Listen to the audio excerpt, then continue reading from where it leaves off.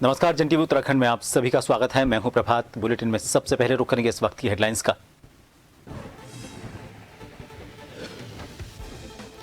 CM Pushkar Singh Dhami का हरियाणा दौरा, BJP प्रत्याशी के समर्थन में अंबाला में की जनसभा, केंद्र सरकार की गिनाई उपलब्धियां।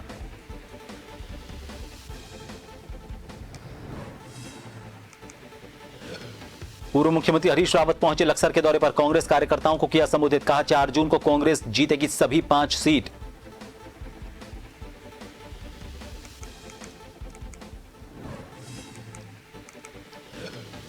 चारधाम यात्रा को लेकर अलर्ट प्रशासन, गंगोत्री रूट पर वन वे गेट सिस्टम लागू, बिना रजिस्ट्रेशन वाले यात्रियों पर अपनाई जाएगी सख्ती।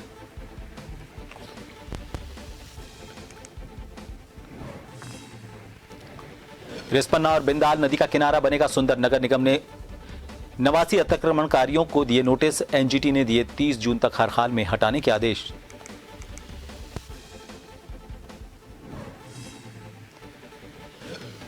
और उत्तराखंड के मैदानी क्षेत्रों में बढ़ रहा पारा, आने वाले दिनों में और बढ़ेगा तापमान, पर्वतीय इलाकों में हल्की बारिश के आसार।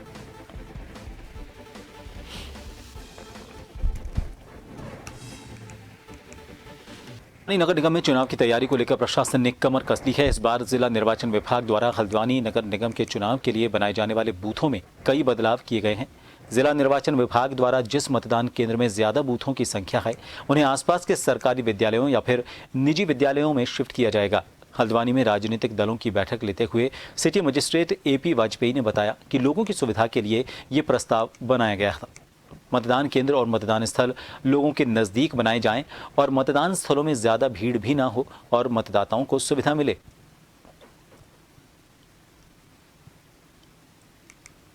नगर निकाय सामान्य निर्वाचन 2024 में होने हैं और नगर निगम हल्द्वानी में हमारे 278 पोलिंग बूथ हैं, 60 वार्ड हैं, 2,33,000 से अधिक यहाँ पर मतदाता हैं।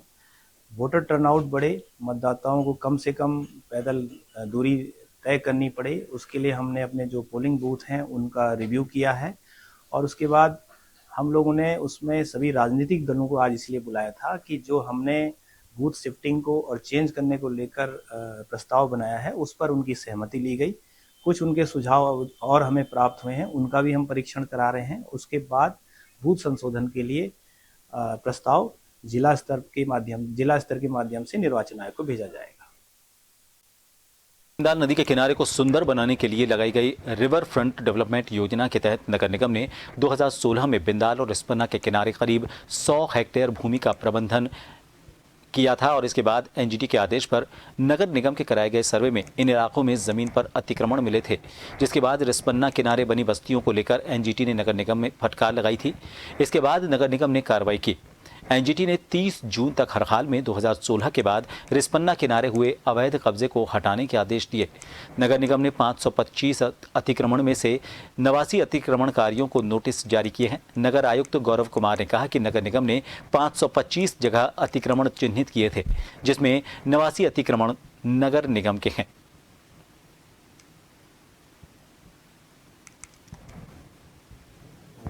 टीम के द्वारा उसमें 525 चिन्हीकरण हुए हैं जो 11 मार्च 16 के बाद के हैं रिस्पना नदी के अलावा। उसमें से 89 ऐसे अतिक्रमण हैं जो नगर निगम की ज़मीन पर हैं।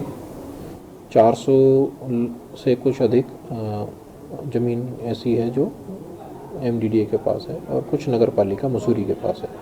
तो संबंधित विभागों को हमारे द्वारा अवगत करा दिया गया है।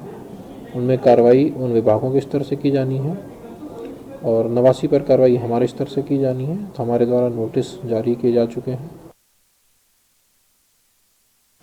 हरिद्वार के बहादुराबाद सिरकुल हाईवे पर खनन सामग्री से जुड़े ओवरलोड वाहनों के संचालन को लेकर शिकायतें मिल रही हैं। इसको लेकर सहायक संभागीय परिवहन अधिकारी ARTO हरिद्वार ने बताया कि जनपद हरिद्वार में अवैध रूप से ओवरलोडिंग कर रहे वाहनों के खिलाफ विशेष रूप से अभियान चलाते हुए प्रवर्तन कार्रवाई की जाएगी।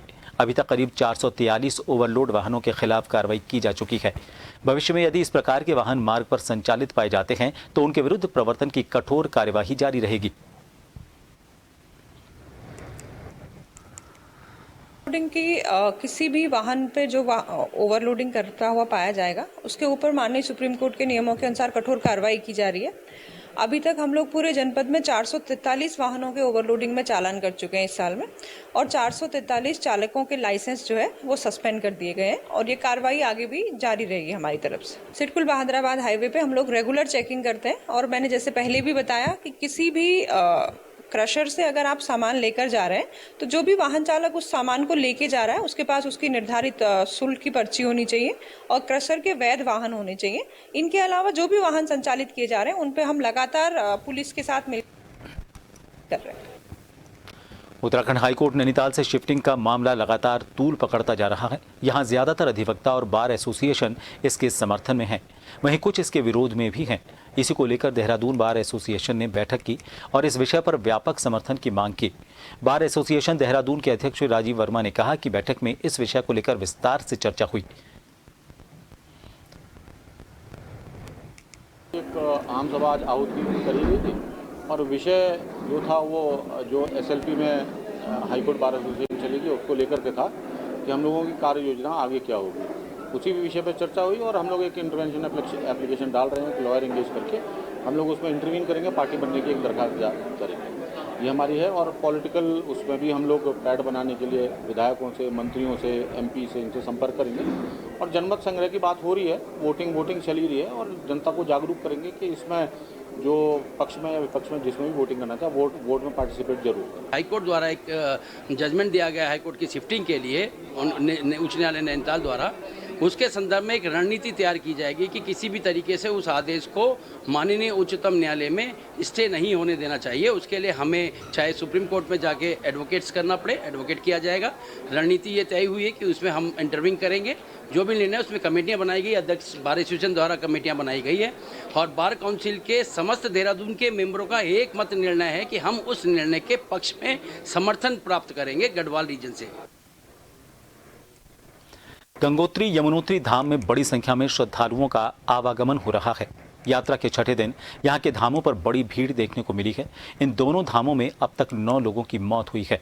जनपद के सभी अधिकारियों को दोनों धामों में तैनात किया गया है। आपको बता दें कि पुलिस प्रशासन ने सोनगाड़, कंगनानी, डबरानी, सुखी टॉप, झालट्टा यात्रा के लिए गंगोत्री रूट पर वन वे गेट सिस्टम लागू किया है। फिलहाल वन वे गेट सिस्टम मददगार साबित हो रहा है। गंगोत्री से वाहनों की वापसी के साथ ही निचले इलाकों में रोके गए वाहनों को भी धामों के लिए भेजा गया। कि विगत 3-4 दिनों से जनपद में जो रोड में है यात्रियों का दबाव बनते जा रहा था, जिसमें बीच में कुछ यात्री ज़्यादा देर तक रुके रहे। उसको देखते हुए प्लान बनाया गया कि पहले हम वाहनों को एक जगह पर रोकें और जो एक वन वे ट्रैफिक के हिसाब से करें। तो अभी जैसे पालीगाड़ में हमारे 200-300 वाहन अभी हैं जो ऊपर जाने का वेट कर रहे हैं।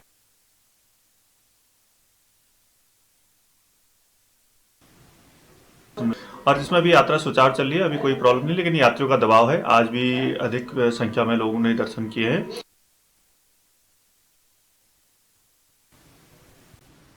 कांग्रेस के वरिष्ठ नेता सूर्यकांत धस्माना ने प्रेस कॉन्फ्रेंस की और चारधाम यात्रा की व्यवस्थाओं को लेकर कई सवाल खड़े किए। भाजपा पर तंज कसते हुए उन्होंने कहा कि भारतीय जनता पार्टी की बुद्धि भ्रष्ट हो चुकी है। दरअसल उत्तराखंड में 10 मई से शुरू हुई चारधाम यात्रा को अब 1 हफ्ते का समय बीत चुका है और यात्रा लगातार जारी है। अब तक 27 लाख लोगों ने यात्रा पर आने के लिए रजिस्ट्रेशन करा लिया है, लेकिन इस बार चारधाम यात्रा सोशल मीडिया पर भी खूब छाई हुई है। कुछ यात्री बेहतर यात्रा के लिए मैनेजमेंट का दावा कर रहे हैं, तो वहीं कई श्रद्धालु यात्रा की व्यवस्थाओं पर सवाल उठा रहे हैं। लेकिन यात्रा शुरू होने से लेकर अब तक चारधाम यात्रा पर प्रशासन की तरफ से की गई व्यवस्थाओं को लेकर सवालिया निशान लगातार खड़े हो रहे हैं। यातायात की व्यवस्था चरमराई हुई है, लंबे लंबे जाम लग रहे हैं। विकास नगर से लेकर के ऋषिकेश से लेकर के यमुनोत्री, गंगोत्री तक, केदारनाथ तक, बद्रीनाथ तक सब जगह अव्यवस्थाएं हैं। पीने के पानी से लेकर के, शौच से लेकर के, ठहरने से लेकर के भोजन की अव्यवस्थाएं हैं। ऐसे में भारतीय जनता पार्टी के लोग, अगर हम ये सारी बातें जो मीडिया से हमको पता लग रही हैं, अगर हम उस पर उंगली उठाते हैं तो बीजेपी के लोग कहते हैं साहब हम बदनाम कर रहे हैं। सरकार के अधिकारी ये ऐलान कर रहे हैं कि यात्रा को बदनाम करने वालों के खिलाफ मुकदमा कायम होगा। सबसे पहले तो सतपाल महाराज के खिलाफ मुकदमा कायम करो ना। मिनिस्टर कौन है? अव्यवस्थाएं अगर हो रही हैं, उसके कारण अगर यात्रियों की जान जा रही है, अगर जाम लग रहे हैं, अगर पीने का पानी नहीं मिल रहा है, भोजन नहीं मिल रहा है, ठहरने की व्यवस्थाएं नहीं हो रही हैं, अगर कमरे इतने महंगे मिल रहे हैं जो आप लोग बता रहे हैं, सारा ये मीडिया बता रहा है हमको, अगर इसके बारे में हम बात करते हैं तो बदनामी करने की बात हो गई, तो मुकदमा कायम कर लो भैया। मैं तो निमंत्रण दे रहा हूं सरकार को, सबसे पहले मेरे खिलाफ मुकदमा कायम कर लो। मैं तो प्रेस कॉन्फ्रेंस करके कह रहा हूं कि अव्यवस्थाएं हो रखी है, लेकिन भैया सबसे पहले सतपाल महाराज के खिलाफ मुकदमा कायम करो। उत्तराखंड के लोहाघाट के चांदमारी क्षेत्र की जनता गंभीर पेयजल संकट से जूझ रही है। वहीं पंडित बेनीराम पुनेठा राजकीय इंटर कॉलेज लोहाघाट के प्रधानाचार्य श्यामदत्त चौबे और स्टाफ की पहल पर पेयजल संकट के समाधान की कोशिश की गई है। राजकीय इंटर कॉलेज लोहाघाट के जल संयोजन और टैंक के साथ निजी संसाधनों का इस्तेमाल कर एक पाइपलाइन बिछाई गई। इससे चारदीवारी के बाहर लोगों के लिए पानी उपलब्ध कराया गया है। इससे जनता को पेयजल समस्या का समाधान होने तक लगातार पानी दिया जा रहा है। प्रधानाचार्य चौबे की पहल से स्थानीय लोगों को बहुत राहत मिली है। लोगों ने विद्यालय प्रशासन के इस अनूठे प्रयास की सराहना करके उनका आभार जताया। और ये पीने वाला पानी है जिससे यहाँ चांदमारी के लगभग सभी लोगों को इसकी सुविधा मिल रही है। मैं राजकीय इंटर कॉलेज के प्रधानाचार्य महोदय को बहुत बहुत धन्यवाद देती हूँ। संकट में विद्यालय द्वारा हमें ये जो पानी की सुविधा उपलब्ध कराई जा रही है, इसलिए विद्यालय का बहुत बहुत आभार प्रकट करते हैं। विद्यालय ने एक अलग से हमारे परिसर के बाहर एक नल उपलब्ध कराया है, जिससे क्षेत्रवासियों को काफ़ी फायदा हो रहा है। इस क्षेत्र की गंभीर पेयजल समस्या को देखते हुए हम लोगों ने यहाँ पर विद्यालय की ओर से अपनी चारदीवारी के बाहर अपने संसाधनों से और अपना व्यय करके एक पाइपलाइन हमने अपने अंदर के पेयजल संयोजन की इनको चारदीवारी के बाहर हमने लोगों को मुहैया कराई है और उसमें अनवरत 24 घंटे हमने शुद्ध पेयजल दे करके लोगों की पेयजल समस्या का समाधान करने की कोशिश की है। नैनीताल जिले के मैदानी तहसीलों में लंबे समय से प्रमाण पत्र जारी नहीं हो रहे हैं। पटवारी द्वारा कार्य बहिष्कार किए जाने के बाद लगातार फरियादियों को इधर उधर भटकना पड़ रहा है। अकेले हल्द्वानी तहसील में 270 प्रमाण पत्र और लालकुआ तहसील में 98 प्रमाण पत्र अभी तक लंबित पड़े हैं। प्रमाण पत्र न बनने से विभिन्न नौकरी में आवेदन करने वाले और कॉलेज में दाखिला लेने वाले अभ्यर्थियों को भारी परेशानी हो रही है। वहीं उप जिलाधिकारी पारितोष वर्मा का कहना है कि लेखपाल संघ से जो वार्ता हो चुकी है और जल्द ही प्रमाण पत्र बनने शुरू हो जाएंगे। देखिए, पटवारियों के संग एक बार वार्ता हो चुकी है और इनके लेखपाल एसोसिएशन ने भी इस बात के लिए आश्वस्त किया है कि आज जनपद स्तर पर इनकी वार्ता है और उसके बाद ये लोग आज ही काम शुरू कर देंगे। और यहाँ रुकेंगे एक छोटे से ब्रेक के लिए। आप बने रहिए जन टीवी पर।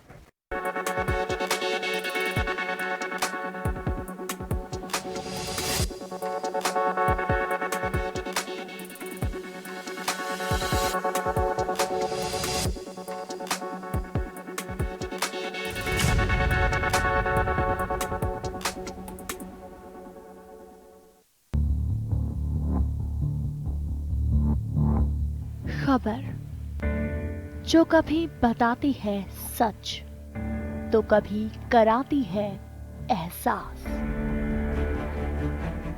खबर जो है कुछ खास। खबर ही तो है जो कभी बनती है राजनीति से तो कभी व्यापार से, कभी आती है खेल से तो कभी मनोरंजन से, कभी खुशी से तो कभी गम से। हाँ, खबर ही तो है। खबर थमती नहीं और ना ही थमेंगे हम, क्योंकि हम हैं जन टीवी, जन जन की आवाज।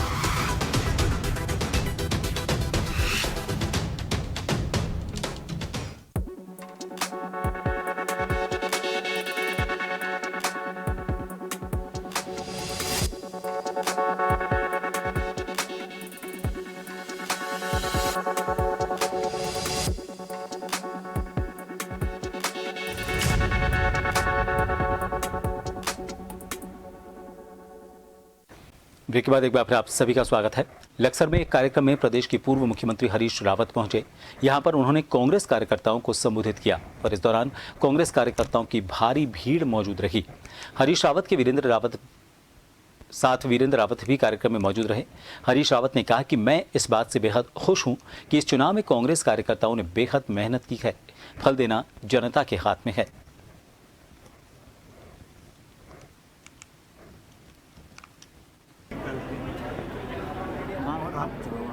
प्रधान जी हाथ पीछे। कल के लिए प्रधान जी वर्ष भर के लिए आगे के 10 साल के लिए सोचना काम करना। तो मैंने अपने कार्यकर्ता साथियों से वही कहा कि इस चुनाव में जो ताकत हमारे साथ जुड़ी है उन्होंने आपका साथ दिया, उनके साथ के महत्व को समझो और उनको जोड़ करके रखो, उनको सम्मान दो, उनको आगे लाओ और नए लोगों को जोड़ो और कार्यकर्ता को एकजुट रखो। यही हमारी शक्ति बनेगी। कांग्रेस के नैनीताल सीट के लोकसभा प्रत्याशी प्रकाश जोशी ने खटीमा में कांग्रेस कार्यालय में बैठक ली और फिर मीडिया से रूबरू हुए। जोशी ने बताया कि 4 जून को लोकसभा सीट की मतगणना होगी और हर विधानसभा क्षेत्र से काउंटिंग एजेंट भेजे जाने को लेकर इस बैठक में चर्चा हुई। जोशी ने बीजेपी प्रत्याशी पर तंज कसते हुए कहा कि वे बताएं कि उन्होंने 5 साल में क्या क्या काम किए।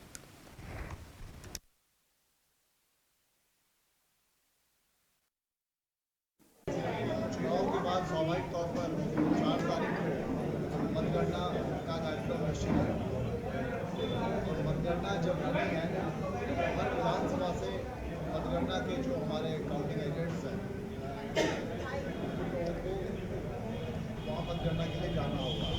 तो हम सब ने तय किया कि जिस विधानसभा से जो मतगणना के हमारे अभिकर्ता वहाँ जाएंगे उन सबसे यही विधानसभा में आके बातचीत की जाए और मतगणना की जो तैयारी है उस तैयारी के संबंध में आगे। सचिव आर मीनाक्षी सुंदरम ने उत्तरकाशी में यमुनोत्री और गंगोत्री धाम की यात्रा व्यवस्थाओं की समीक्षा बैठक ली। इस दौरान यात्रा व्यवस्थाओं की समीक्षा करते हुए सचिव आर मीनाक्षी सुंदरम ने पुलिस प्रशासन को निर्देश दिए कि बिना पंजीकरण धामों की यात्रा करने वालों को सख्ती से निपटें और सीधा चेकिंग बैरियर से वापस भेजें। इसके लिए बैरियर और अन्य स्थानों पर सख्ती से चेकिंग की जाए। उन्होंने यमुनोत्री धाम में बिना पंजीकरण के डंडी कंडी घोड़ा खच्चरों के संचालन पर भी प्रभावी रोक लगाने के निर्देश दिए।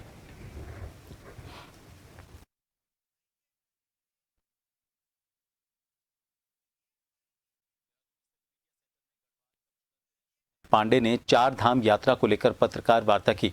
इस दौरान उन्होंने बताया कि अभी तक 26,73,519 श्रद्धालुओं ने रजिस्ट्रेशन करवाए हैं, जिनमें 2,74,000 श्रद्धालु दर्शन कर चुके हैं। साथ ही हरिद्वार ऋषिकेश में ऑफलाइन पंजीकरण की भी व्यवस्था की गई है।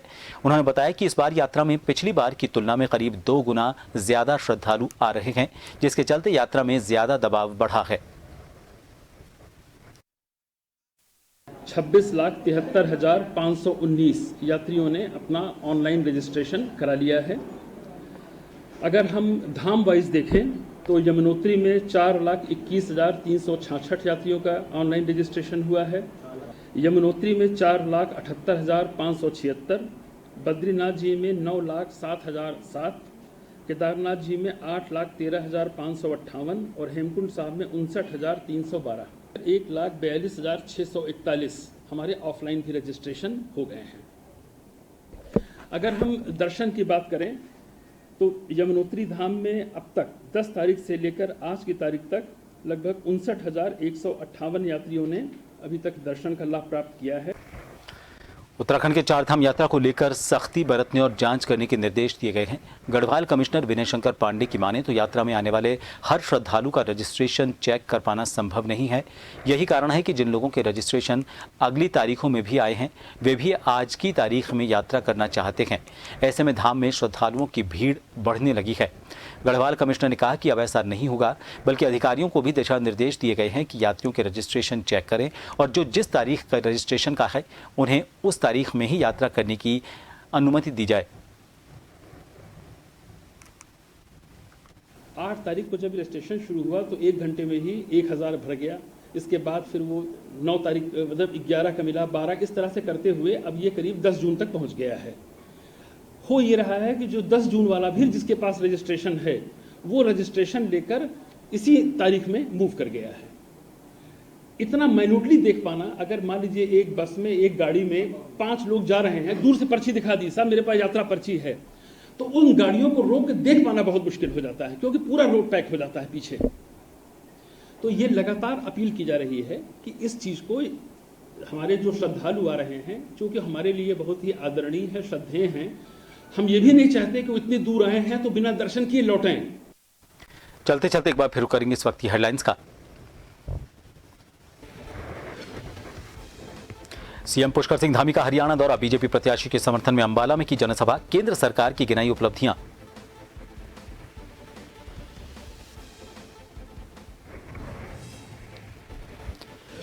पूर्व मुख्यमंत्री हरीश रावत पहुंचे लक्सर दौरे पर, कांग्रेस कार्यकर्ताओं को किया संबोधित, कहा 4 जून को कांग्रेस जीतेगी सभी 5 सीट।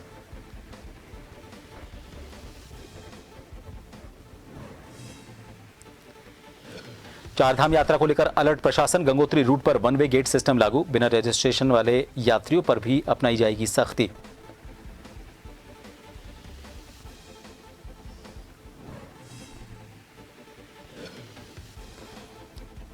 रिस्पन्ना और बिंदाल नदी का किनारा बनेगा सुंदर, नगर निगम ने 89 अतिक्रमणकारियों को दिए नोटिस, एनजीटी ने दिए 30 जून तक हर हाल में हटाने के आदेश।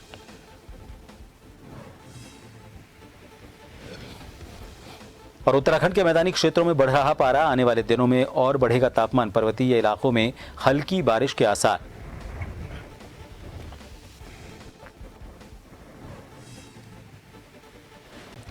जन टीवी उत्तराखंड में फिलहाल के लिए इतना ही। नमस्कार।